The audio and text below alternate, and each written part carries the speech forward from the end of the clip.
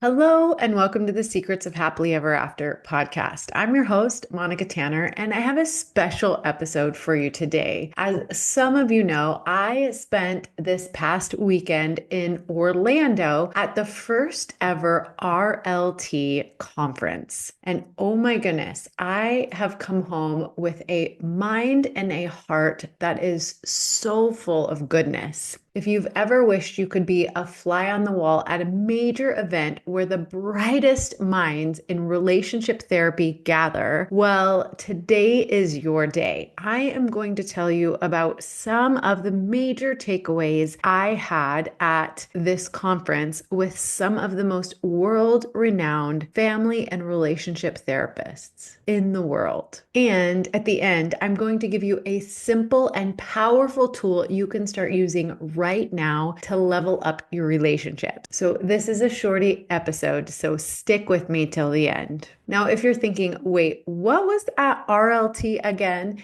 RLT stands for Relational Life Therapy, founded by the legendary Terry Real. It's about building radically honest, fiercely loving relationships where both partners thrive in an environment of equality. Relational Life Therapy is about rolling up your sleeves and growing together through the challenges. It's about intimacy and connection and about honesty. It's about learning relational skills that will help you not only in your marriage, but also with your children and with your community. As I always say, happily ever after doesn't happen by accident. It's something that you build moment by moment, action by action, intentional skill by intentional skill. Relational Life Therapy promises not only to heal homes and legacies, but our world as a whole. So some of my highlights from the conference were learning about the history of RLT and why telling the truth is so sexy. We talked about how RLT started, the foundation, and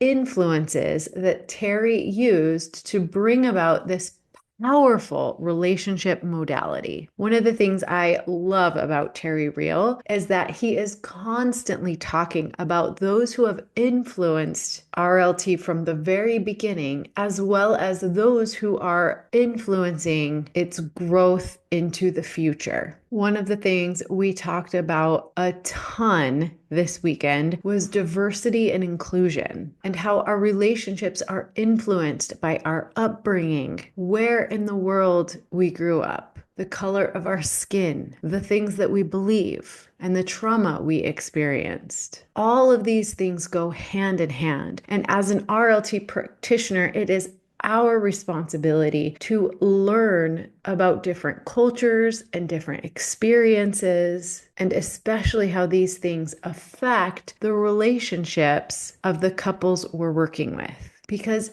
every relationship is unique. There are no two that are the same. And we all want intimacy and connection. In fact, it is our birthright. We also learned some super practical techniques about opening up vulnerability and honesty, speaking the truth to power, the power of the pause, how to join through the truth, how to let the bad thing happen and work through it together relationally. We learned about sex in RLT. We learned about relational recovery and relational reckoning. I really appreciate the power, and you could feel it, of over 200 marriage counselors, therapists, practitioners, coaches, all together in one room, learning how to support and sustain our clients with more skill, more compassion, more understanding, more love,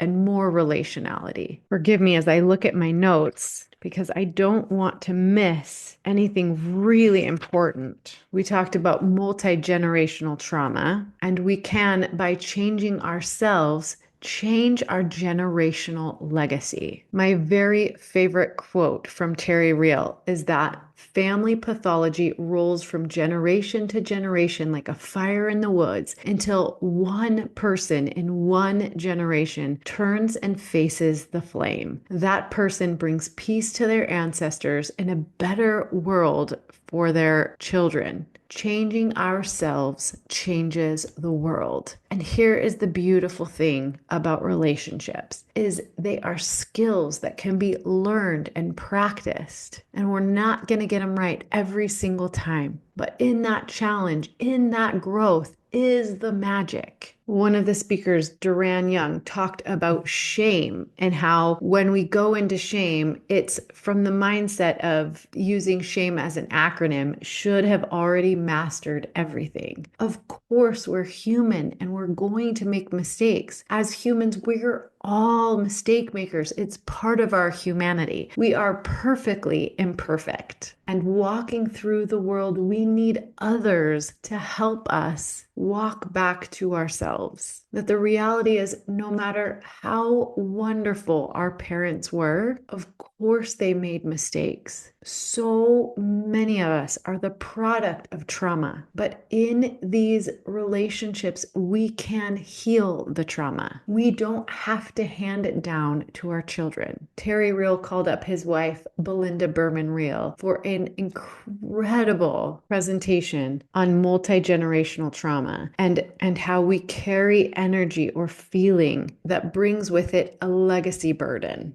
They pointed out that there's no such thing as overreacting. It's just that what you were reacting to may not be what's right in front of you. When major caregivers are mishandling an emotion, no matter what that looks like, whether it's stuffing it down or acting out, they radiate that emotion and hand it down to their children. And what we, as partners in recovery, are doing by learning these skills is moving beyond the legacy of what was handed to us and learning how to do it better. Terry talks about being raised by an abusive alcoholic father and how his biggest accomplishment is that his sons will never describe him that way because he's done the work to change that legacy of generational trauma. This is so powerful as we think about the legacy burdens that have been handed down to us and how we can change that for our children and for their children and for generations to come. That's why this work is so worth it. I'm so grateful for the presenters at the conference, for the friends that I made there, for the resources that I have with all of these different practitioners who are all so invested in changing the world one couple at a time. And there's certainly not enough time to talk about all the incredible things that I learned, but obviously they are woven into the tapestry of everything that I teach and how I work with my clients. And I promise that if you would stick with me through this episode, that I would give you a golden nugget. And what I find so important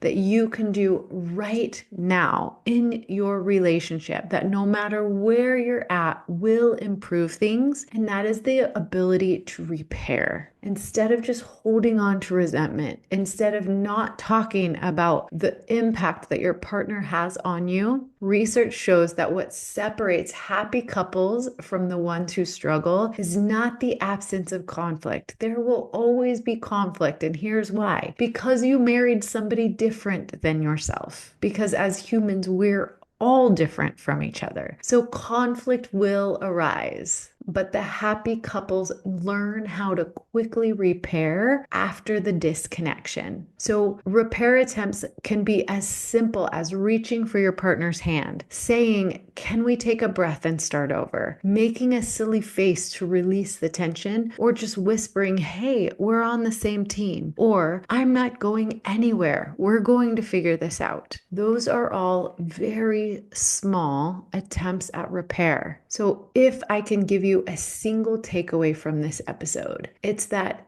you're going to mess up. You're going to disagree. There's going to be conflict. You're not going to handle it right every single time. But there's no such thing as objective reality. There's how you experienced it and how I experienced it. And it doesn't matter who's right and who's wrong. What matters is that we keep coming back to each other again and again. So the next time you have a disagreement with your partner, I want you to challenge yourself to make an attempt at repair. The more that you practice this incredible skill, the better you're going to get at it. Coming home after this powerful and incredible weekend, I'm more convinced than ever that relationships are not meant to be perfect. They're meant to be real. You are two perfectly imperfect humans going about making lots of mistakes. The growth is in the repair. So if you're interested in RLT, if you're interested in learning relational skills,